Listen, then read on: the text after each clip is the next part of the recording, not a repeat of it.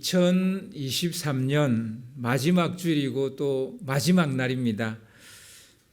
주일과 마지막 날이 이렇게 겹치기는 쉽지 않은데 또 이번에는 그렇게 겹쳤습니다. 올 한 해를 어떻게 시작했는지 생각나세요? 어떻게 살았는지 생각나세요? 잘 생각이 나질 않더라고요, 저는. 어쩌면 생각 안 나는 게 다행이다라는 생각도 들더라고요. 모두 다 생각난다면 만족보다 후회가 더 많지 않을까라는 생각은 혹 저만의 생각일지요. 여러분은 안 그럴까요?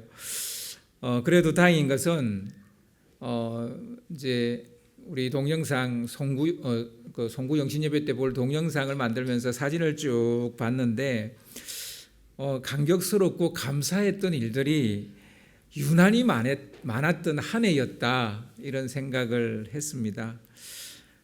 하나님께도 이런 것들을 좀 자랑하고 싶기도 하고요. 그리고 여러분에게도 칭찬해 드리고 싶다, 이런 마음도 들었습니다. 아마 오늘 저녁 송구 영신 예배 때 이제 그 영상을 보겠지만 사실 마음 같아서는 모든 것을 다 담고 싶었지만 그냥 한 6분 정도의 시간으로 이렇게 담다 보니까 다 담지는 못했어요. 그러나 아마 여러분의 한 해가 얼마나 소중했고 멋졌는지 여러분 보게 되실 겁니다. 얼마나 감격스럽고 행복했는지 그 영상을 보면 알게 될 겁니다. 솔직히 올해를 시작할 즈음에는 14주년 기념 행사들을 잘 할 수 있겠나라는 이런 걱정들이 제 눈앞에 아른아른거렸거든요. 그런데 시작이 반이라고 여러분과 함께 하나하나 하다 보니까 다 해냈더라고요. 아멘? 네, 다 해냈더라고요. 저는 여러분이 너무 자랑스럽고 또 칭찬해주고 싶습니다.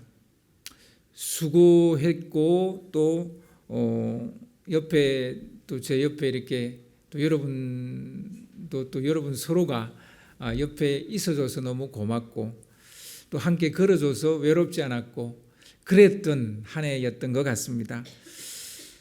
하지만 우리가 알고 있습니다. 무슨 일이든 어떻게 시작하느냐도 중요하지만 어떻게 끝내느냐도 중요하다는 사실이죠. 시작도 중요하고 과정도 중요하고 끝맺는 것도 중요합니다. 그리스도인의 궁극적인 목표는 마지막 날에 우리 주님으로부터 잘하였다, 착하고 충성된 종아라는 말을 듣는 거 아니겠습니까? 지금 마이크가 좀 울리는데요. 마이크가 조금 울리고 있습니다. 사실은 시작도 중요해요. 과정도 중요해요. 그런데 끝이 제일 중요해요. 마지막에 이 이야기를 듣지 못한다면 나는 나름대로 정말 열심히 살았어요. 그런데 주님으로부터 착하고 충성된 종아라는 말을 듣지 못한다면 그 모든 시작과 과정이 시온아 올라가서 좀 조정 좀 해봐. 계속 울린다. 이와 같이 끝에 마지막에 이런 얘기를 듣지를 못한다면 그렇죠. 사실 이제 허술한 거가 되는 거잖아요. 우리 주님께서 오늘 여러분에게 이 말씀을 해 주셨으면 좋겠습니다. 잘하였다, 착하고 충성된 종아. 아멘. 이제 우리는 싫든 좋든 한 해의 삶을 마무리해야 합니다. 어떻게 해야 잘했다라는 칭찬을 우리 주님으로부터 들을 수 있을까요? 어떻게 마무리해야 새해를 가뿐하게 시작할 수 있을까요?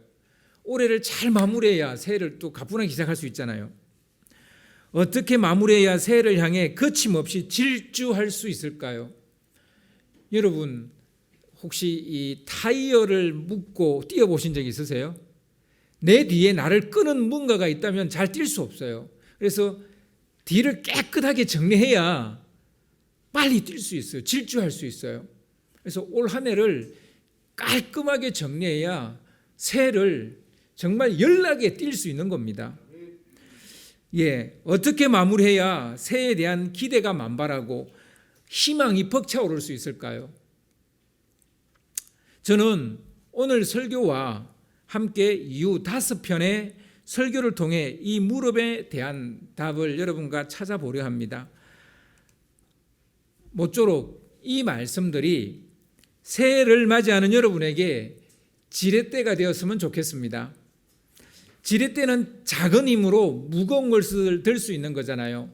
여러분, 2024년이라는 삶은 결코 가볍지 않을 거예요. 무거울 겁니다. 이 2024년을 우리가 어떻게 들어 올려서 내 삶이 되게 만들 것인가, 지렛대가 필요해요.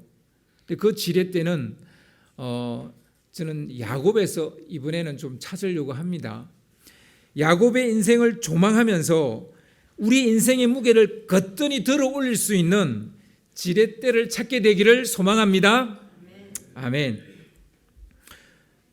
오늘 말씀은 야곱이 아버지의 집 브엘셀바에서 이국만리 하란으로 도망치던 첫날 밤에 꾸었던 꿈 이야기예요. 야곱은 어쩌다가 도망자 신세가 됐습니까? 형의 축복권을 가로챘기 때문이에요. 에서가 축복권을 가로챈 야곱을 막 죽이려고 길길이 날뛰니까 도망치지 않고는 달리 방법이 없었던 겁니다. 자식 간에 고륙산잔이 일어나는 것을 좋아할 부모는 이 세상 어디에 있겠습니까? 세상 천지에 없겠죠. 그래서 리브가는 야곱의 결혼을 핑계 삼아서 이삭을 겨우 설득시켜서 야곱을 하란으로 이렇게 피신을 시킵니다. 하란에는 그의 외삼촌이 있는 거죠. 야곱의 외삼촌이 살고 있는 거죠.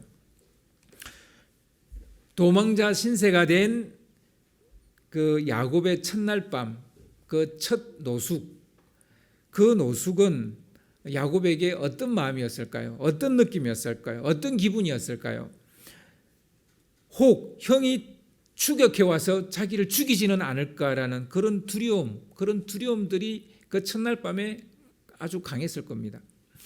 칠흑 같은 어둠 속에서 사나운 맹수가 득달같이 달려들어서 자기를 죽이지 않을지 정말 오검이 저려왔을 겁니다. 적막 강산으로 인해 밀려오는 외로움이란 정말 치를 떨기에 충분했을 겁니다. 앞으로 무슨 일이 일어날지 알 수 없잖아요. 그 불확실함 때문에 오는 그 불안, 말도 못하는 거죠. 불안도 그런 불안이 없었을 겁니다.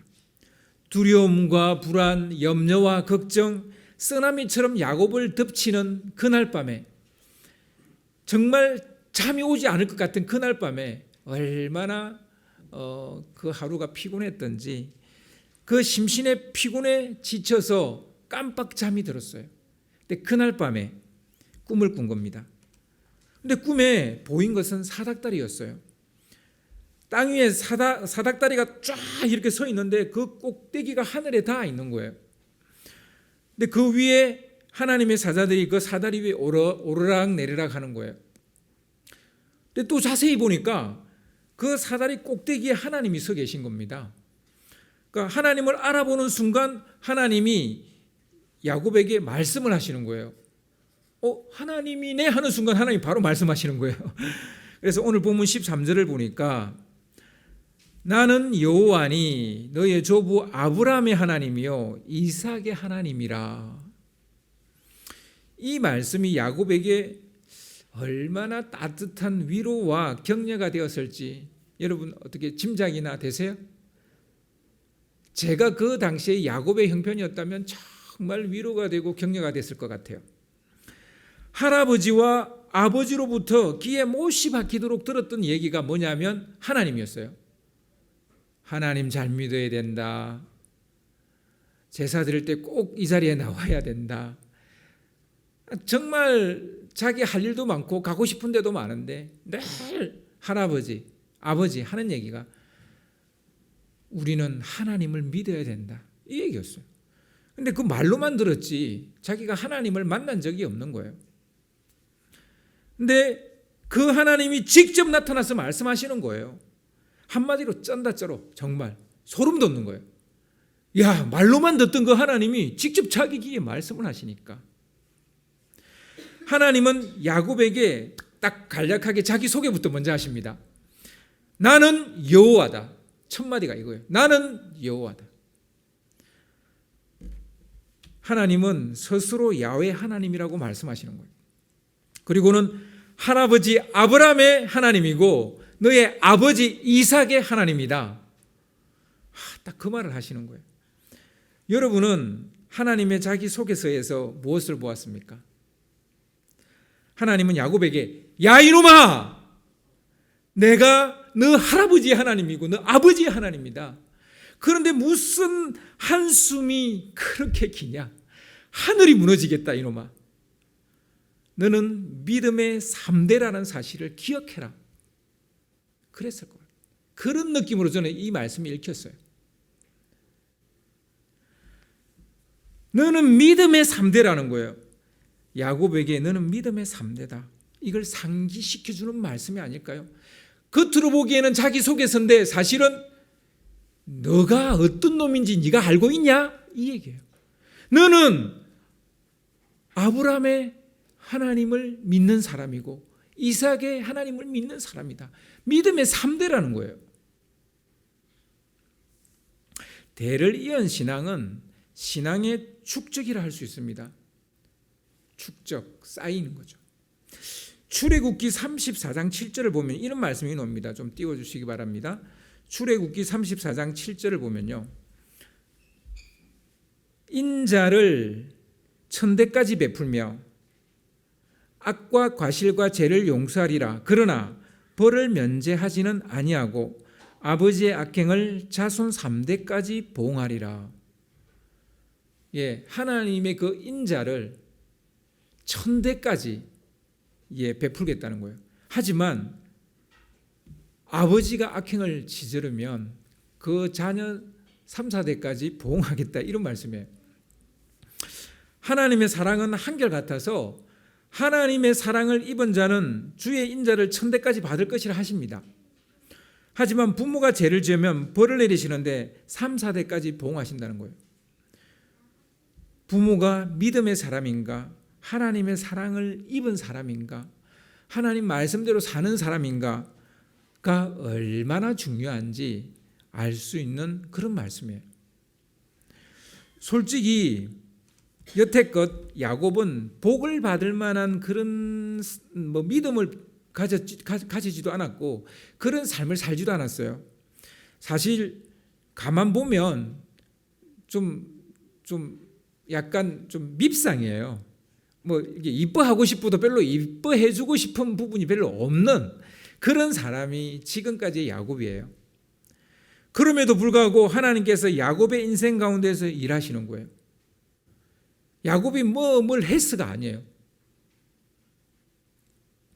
그가 믿음의 3대이기 때문에. 그의 아버지도 하나님을 잘 믿었고 그의 할아버지도 하나님을 잘 믿었기 때문에. 그래서 오늘 본문 13절에서 15절에 보면요, 하나님이 야곱에게 이렇게 일하시겠다는 거예요. 그가 이렇게 하나님이 이렇게 일하실 만한 그런 뭐가 건덕지가 없어요. 그런데도 이렇게 일하시겠다는 거예요. 그래서 오늘 본문 13절부터 15절 말씀을 계속 좀 띄워주시기를 바랍니다. 13절을 보시면 내가 누워 있는 땅을 내가 너와 내 자손에게 주리니, 베델이라는 곳에 누워 있는데요, 이 베델 땅을 주겠다는 거예요. 내 자손이 땅에 티끌같이 되어 내가 서쪽과 동쪽과 북쪽과 남쪽으로 퍼져나갈지며 땅의 모든 족속이 너와 내 자손으로 말미암아 복을 받으리라. 내가 너와 함께 있어 내가 어디로 가든지 너를 지키며 너를 이끌어 이 땅으로 들어오게 할지라. 내가 내게 허락한 것을 다 이루기까지 너를 떠나지 아니하리라 하신지라. 뭐가 이뻐서? 이쁜 짓 하나도 안 했는데 근데 이렇게 하겠다는 거예요. 하나님 이렇게 일하시겠다는 거예요. 그런데요, 이 말씀은 아브라함과 이삭에게 축복하신 내용과 거의 일치합니다. 창세기 12장 2절 3절을 보면요, 좀 띄워주시기 바랍니다. 하나님께서 아브라함에게 축복한 내용입니다. 내가 너로 큰 민족을 이루고 내게 복을 주어 내 이름을 장대하게 하리니 너는 복이 될지라. 너를 축복하는 자에게는 내가 복을 내리고 너를 저주하는 자에게는 내가 저주하리니 땅의 모든 족속이 너로 말미암아 복을 얻을 것이라 하신지라. 그리고 창세기 16장 5절도 좀 띄워주시기를 바랍니다. 이것도 하나님께서 아브라함에게 축복한 내용입니다. 그를 이끌고 밖으로 나가 이르시되 하늘을 우러러 무별을 셀 수 있나 보라. 또 그에게 이르시되 내 자손이 이와 같으리라. 아멘. 창세기 26장 34절은 이제 하나님께서 이삭에게 축복해 준 내용입니다. 한번 보세요. 창세기 26장 3절에서 4절 말씀. 이 땅에 거류하면 내가 너와 함께 있어 내게 복을 주고 내가 이 모든 땅을 너와 내 자손에게 주리라. 내가 내 아버지 아브라함에게 맹세한 것을 이루어 내 자손을 하늘의 별과 같이 번성하게 하며 그 모든 땅을 내 자손에게 주리니 내 자손으로 말미암아 천하 만민이 복을 받으리라. 아멘. 여러분, 말만 다를 뿐이지 실은 같은 내용이에요. 아브라함에게 한 내용이나 이삭에게 축복한 내용이나 내용이 같아요. 크게 다르지 않아요. 아브라함도 이삭도 야곱도 무슨 대단한 믿음을 보였을 때 이 축복의 말씀을 받은 게 아니에요. 아브라함은 아버지 데라가 죽고 그리고 자기에게는 아들이 없는 거예요. 그러니까 아버지가 있을 때는 아버지 모신다고 신경을 못 썼는데 이제 아버지가 죽고 나니까 자기만 이제 달랑 남았는데 자기 자식이 없는 거예요. 그때 이런 축복을 하나님께서 말씀하신 겁니다. 그리고 이삭도 그 땅에 가뭄이 심해서 막 애굽으로 막 내려가려고 하는데 주님께서 이 복의 말씀을 주시는 거예요. 내려가지 마라. 그러면 내가 이렇게 복을 주겠다. 이렇게 말씀하십니다. 야곱도 마찬가지예요. 지나치게 욕심 부리다가 형의 노여움을 사서 도망치다가 이 복의 말씀을 받는 거예요. 삶의 방향을 잃고 방황할 때, 큰 위기를 만났을 때 그들은 이 축복의 말씀을 받았습니다. 야곱의 어린 시절에서 우리는 신앙의 신자도 찾아볼 수가 없어요. 믿음의 밑자도 찾아볼 수가 없어요. 그런데 야곱은 이 복을 약속을 받았다는 거예요. 그리고 이 약속을 받자마자 그 자리에서 서약을 합니다. 주님께서 약속한 복을 이루어 주신다면 하나님은 나의 하나님이 되고 기둥으로 세운 이 돌, 자기가 처음에는 베고 잤던 돌이죠. 하여튼 기둥으로 세운 이 돌이 하나님의 집이 될 것이며 자기에게 준 모든 것의 10분의 1을 반드시 하나님께 드리겠다. 이렇게 서약을 합니다. 여러분, 어떻게 이게 가능할까요? 야곱은 신앙의 신자도 없었던 사람이에요. 믿음의 밑자도 없었던 사람이에요. 뭐 할아버지, 아버지가 하나님 잘 믿어야 된다 할 때는 기등으로 들었어요. 뭐 별 신경 안 썼어요. 그냥 욕심만 부렸어요. 자기 살 궁리만 했어요. 자기 살기에 바빴어요. 그랬는데 딱 하나님 나타나서 이 말씀을 하시니까 믿음의 서약을 하는 거예요. 근데 믿음의 서약 내용이 뭐 굉장해요. 이제부터는 하나님이 나의 하나님이 될 것이고 이제 하나님만 믿겠다는 얘기죠. 그리고 내가 베고 잤던 이 돌은 주님의 집이 될 것이라는 거예요. 그리고 10의 1조를 드리겠다는 거예요. 어떻게 이게 가능합니까? 이게 모태신앙인 거예요. 이게 모태신앙의 힘인 거예요. 믿음의 축적이 낳은 힘이에요. 뭐 기등으로 듣고 뭐 잘 믿으라 해도 그냥 자기 살고 싶은 대로 살다가도요, 자기가 진짜 삶에 어려움을 만나고 그 어려움 속에서 하나님을 만나게 될 때 한순간에 이런 믿음을 보이게 된다는 거예요. 한순간에. 자기는 다 기등으로 들은 것 같지만 이게 축적이 된 거예요. 믿음이 축적이 된 거라고요. 여러분, 지식이나 기술이나 혹은 돈이나 지식 이렇게 지속적으로 이렇게 쌓아두는 것, 뭐 이런 걸 우리가 축적이라 그래요. 쌓아서 모아두는 것, 이런 걸 축적이라 그래요. 근데 우리 인류가 이렇게 찬란한 문명을 이룬 것은 이런 축적의 기술 때문입니다. 지식도 축적했고요, 실패와 시행착오도 축적을 해요. 그러니까 이 사람만 축적하는 건 아니에요. 개미도 모아요. 겨울을 나기 위해서 양식을 모아요. 이렇게 축적하는 동물들이, 곤충들이 좀 있습니다. 뭐 다는 아니지만. 그런데요, 사람만이 특이한 건 시행착오, 실패 이런 것도 축적을 한다는 거예요. 그래가지고 두 번 다시 시행착오하지 않으려고 해요. 실패하지 않으려고 해요. 이게 사람인 거예요. 그리고요, 뭐 당연한 거겠지만 성공한 기술 축적합니다.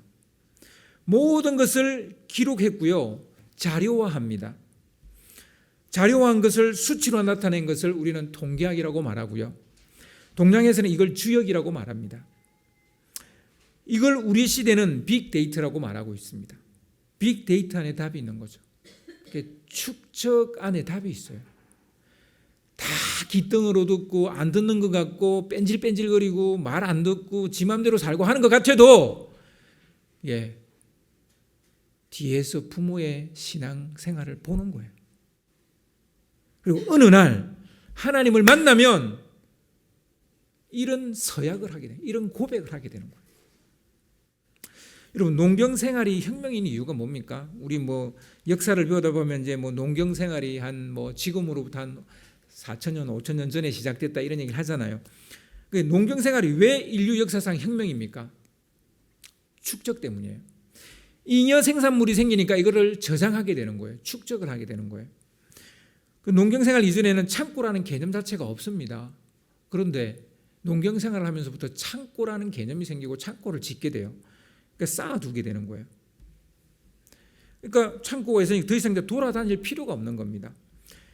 냉장고는 쌓아둔 음식물이 썩지 않도록 보관하는 가전제품이죠. 현대인들에게 최고의 발명품은 뭘까요? 라는 그런 어떤 그 조사가 있었는데 그 조사에서 1위가 뭐였냐면 냉장고였습니다. 왜 냉장고였어요? 축적입니다. 더 오래 축적할 수 있는 방법인 거죠. 그래서 인류 역사상 최고의 발명품은 첫 번째는 창고고요, 두 번째는 냉장고입니다. 여러분, 은행은 돈을 축적해 두는 곳이죠. 물론 빌려도 주지만 지금 아무리 사는 게 힘들다 해도요, 은행만은 성과급을 나누는 시대예요. 그래서 대통령이 꼬집었죠. 은행들한테 꼬집어서 얼음장을 놓으니까 지금 은행들이 바쁘게 좀 움직이고 있는 것 같은데요. 여러분, 그만큼 쌓아두는 곳에는 여유가 있는 거예요. 축적은 가진 사람이 더 가지게끔 하는 삶의 기술이다 보니까 사회 불평등을 야기시켰어요. 그래서 우리에게 아주 이 축적이란 단어는 안 좋은 이미지입니다. 재산을 축적했다, 부를 축적했다, 이게 축적이란 단어가 그렇게 우리에게 좋은 이미지가 아니에요. 그런데요, 사실은 이 축적은 복이에요. 여러분, 축적하지 않고 내 뭔가가 늘어날 수는 없잖아요. 지식을 축적하지 않고 돈을 축적하지 않고 우리가 뭔가를 이룰 수는 없는 거잖아요. 그래서 미래를 대비할 수 있는 최고의 생존 기술이 뭐냐면 축적입니다. 여러분, 일본 사람들이요, 지금 참 어려운 가운데 있어요. 그런데 왜 그러냐면 이 사람들이 저축만 해서 그래요. 저축만 해서. 그래서 이 축적도 이제 상황에 따라 좀 달리 해석은 됩니다만, 그러나 가장 기본적인 것은 축적은 복이에요. 저는 행복도 축적된다고 생각을 합니다. 행복한 경험을 많이 하는 사람일수록 더 행복해질 수 있다고 생각합니다. 우울과 불행을 더 많이 경험할수록 더 불행해질 수 있다고 생각합니다. 무엇을 축적하고 계십니까? 여러분은 무엇을 축적하고 계십니까? 축적에도 기술이 필요하다는 거예요. 좋은 것을 축적해야 되는데 좋지 않은 것을 축적한다는 거죠. 내 인생을 도리어 갉아먹는 그런 것을 축적한다는 거죠. 야곱은 집안일을 도우면서 그러니까 리브가의 일, 엄마의 일을 이제 도우면서 집안에만 있었어요. 그래서 그는 팥죽을 쓰는 기술을 배웠습니다. 엄마로부터. 그것을 막 맛있게 써서 형한테 그 팥죽을 팔아서 장자권을 산 사람이 야곱이에요. 근데 이거는 합법적인 거래입니다. 깨를 낸 것이지 속인 것은 아닙니다. 야곱은 이렇게 얻고 싶은 것을 합법적인 방법으로 얻었는데 얻을 수 있었던 것은 그가 죽을 쓰는 기술을 축적했기 때문이에요. 그가 요리를 잘 할 수 있었기 때문이라고요. 요리 이런 것도 축적하면 다 우리에게 쓰이는 어떤 부분이 있는 거죠. 야곱은 이 노하우를 잘 축적해 두었다가 하란에서 이 방법을 또 사용합니다. 외삼촌 라반이 집에서 일을 하는데 품삯을 안 주는 거예요. 뭐 아내 둘 그리고 뭐 첩 둘 이렇게 얻긴 했지만 품삯을 안 주니까 자기는 자기 집을 세우기 위해서 이제 돈이 필요한 거예요. 집으로 돌아가야 되겠는데, 아버지 집으로 돌아가야 되겠는데 돈이 필요한 거예요. 그러니까 이제 막 화를 내죠. 왜 나는 품삯을 안 주냐고. 그래서 이제 외삼촌하고 계약을 맺습니다. 양과 염소 중에서 점이 있거나 아롱진 것은 다 야곱의 소유로 하겠다. 뭐 이렇게 이제 서로 계약을 맺었습니다. 이게 야곱의 품삯이었습니다. 근데 라반은 속으로 막 춤을 췄어요. 뭐 별로 안 되니까, 점 있는 거나 얼룩진 게 거의 없으니까. 그러니까 뭐 재산이 늘지 않을 건 뻔하니까 막 춤을 췄어요. 그런데 야곱은 점이 있거나 얼룩무늬가 있는 양과 염소를 얻기 위해서 별의별 짓을 다 하는데요. 버드나무, 살구나무, 신풍나무 껍질을 막 이렇게 벗겨서 알록달록하게 만들어 놓고 거기에 와서 양이나 염소가 물을 마시게 하고 거기서 새끼를 베게 했던 거예요. 그런데 이상한 게요. 진짜로 점이 있고 얼룩하고 아롱진 것만 새끼를 낳는 거예요. 여러분, 이 생물학적으로 말이 안 되는 거예요. 사실은 말이 안 되는 거예요. 아니 뭐 신풍나무, 버드나무 얼룩지게 만들어 놨다고 그 앞에서 물 먹고 새끼 벤다고 해서 얼룩져요? 그런 거 아니잖아요. 그런데 정말 거기에서 벤 양과 염소는 다 얼룩무늬가 있거나 점이 있는 거예요. 그러니까 야곱이 이제 튼실한 놈들만, 건강한 놈들만 여기 와서 새끼를 베게 하는 거예요. 그러니까 이제 점 있고 얼룩진 새끼들이 태어나는데 다 튼실한 놈들만 이제 자기 재산이 되는 거예요.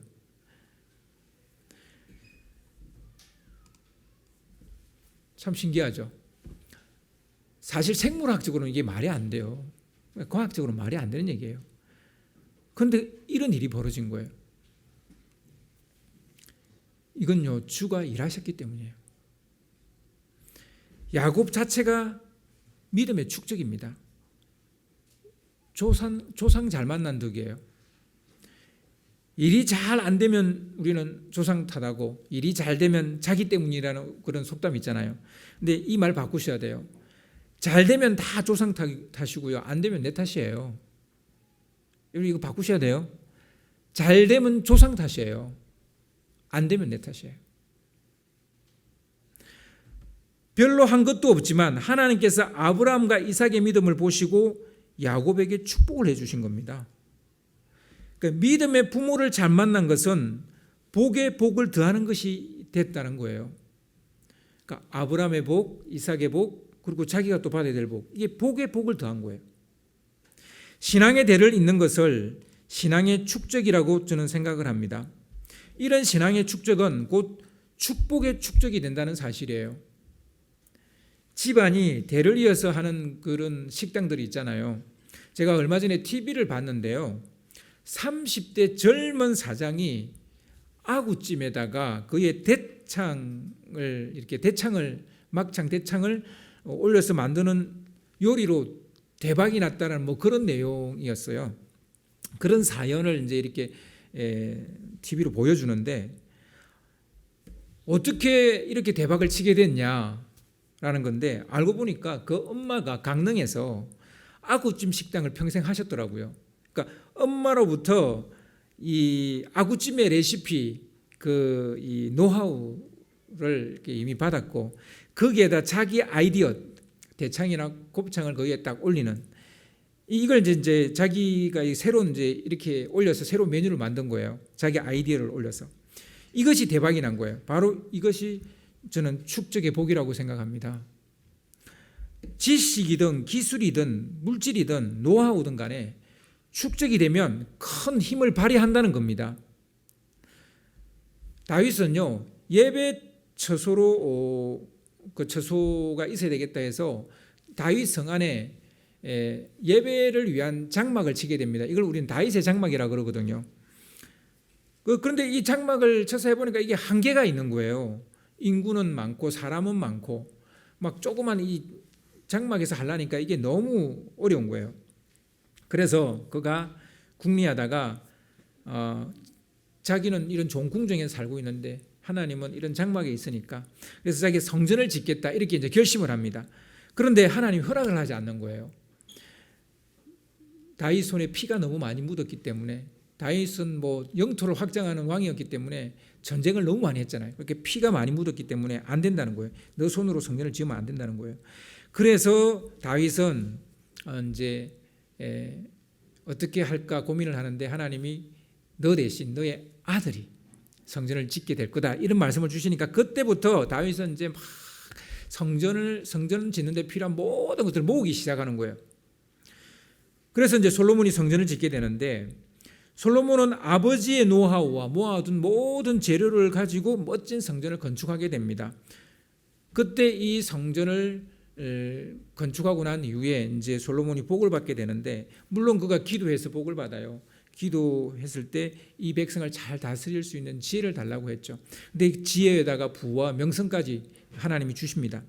근데 사실 그가 이렇게 기도할 수 있었던 것은 솔로몬이 다윗을 날 보고 자랐기 때문이에요. 다윗이 어떻게 다윗의 장막을 만들었는지 그리고 그 장막을 어떻게 운영했는지 그리고 아버지가 어떻게 성전 짓기 위해서 모든 것을 끌어모았는지 그걸 다 본 거예요. 그러니까 솔로몬 안에 그런 믿음의 축적이 있었던 거예요. 그러니까 기도도 그렇게 하는 거예요. 여러분 이게 단순히 그냥 기도해서 지혜를 달라고 기도해서 아니에요. 그건 너무 짧은 어떤 시각으로 솔로몬을 본 겁니다. 솔로몬은 이미 다윗으로부터 하나님을 어떻게 믿고 섬겨야 되는지를 본 거예요. 여러분 그런데요 솔로몬이 어떻게 됐어요? 말년에 우상을 그 성전에 드리는 바람에 결국 어려움을 겪게 되고 나라가 갈라지게 됩니다. 그러니까 잘된 것은 조상 탓이고 안 된 것은 지 탓인 거예요. 지 탓인 거예요. 여러분 아무리 부모님이 믿음 좋은 분이라도 끝까지 하나님 앞에 나오지 않는다면 답은 없어요. 사실은. 그런데요 어느 순간 그 부모님의 그 신앙을 내가 내 것으로 만들고 그 이상으로 믿음 생활을 하게 된다면 반드시 하나님은 약속하셨잖아요. 천대까지 복을 주시겠다고 인자를 베풀겠다고. 여러분 그렇습니다. 대를 이을수록 복이 더해지는 것이 인류사의 보편적인 현상입니다. 한 해를 마무리하는 시점에서 우리가 발휘해야 될 삶의 기술이 있다면 축적의 기술이 아닌가 싶습니다. 내 것으로 만들어야 할 것은 무엇입니까? 축적해야 될 것은 무엇입니까? 이것을 꼭 우리는 생각해 보아야 될 것입니다. 그리고 우리가 붙잡을 것은 붙잡고 버려야 될 것은 과감하게 버리고 새해를 맞이해야 될 줄로 믿습니다. 세상에는 노력해서 얻는 복도 있지만 은혜로 얻는 복도 있습니다. 여러분들도 느껴보셨는지 모르겠지만 제가 살아보니까요 저도 느끼는 건데 천운이라는 게 있어요. 천운이라는 게 있어요. 아무리 노력한다고 해서 되는 그런 운이 아니에요. 하나님이 도우셔야만 되는 일 있습니다. 야곱은 믿음의 축적 그 자체입니다. 믿음의 3대니까요. 아브라함의 복에다가 이삭의 복을 더하고 거기에다 야곱 자신의 복까지 더하니까 야곱은 축복의 사람이 될 수밖에 없는 거예요. 그러니 하나님께서 야곱을 위해서 일하시고 복의 복을 더하실 수밖에 없는 겁니다. 주님이 일하실 수밖에 없는 사람이 되는 것은 믿음의 축적에서 오는 거예요. 우리의 믿음이 그렇게 축적될 때 주님이 일하실 수밖에 없는 거예요. 우리를 위해서 일하실 수밖에 없어요. 꿈에 나타나서 내가 너의 하나님이 되고 내가 어디로 가든지 너와 함께 할 것이고 다시 너를 돌아오게 할 것이고 너로 인해서 모든 민족이 복을 받게 될 것이고 이런 축복을 해주시는 겁니다. 특별히 부모의 믿음으로 말미암아 생긴 축적의 복이 우리 안에 흘러 들어올 수 있게 해야 됩니다. 여러분 자녀 여러분 언제까지 부모님의 그 신앙을 거절하실 겁니까? 언제까지 부모님의 그 신앙을 바톤 터치하지 않고 혼자서 그렇게 혼자 힘으로 뛰실 겁니까? 신앙의 대를 잇는 것이 복에 복을 더하는 것임을 잊지 마시기 바랍니다. 이 시간 한 해를 정리하는 마음으로 주님이 일하시네 이 찬양을 우리가 하기를 원합니다. 주님이 여러분 가운데 일하실 수 있도록 여러분 복의 축적을 꼭 하시기를 바랍니다.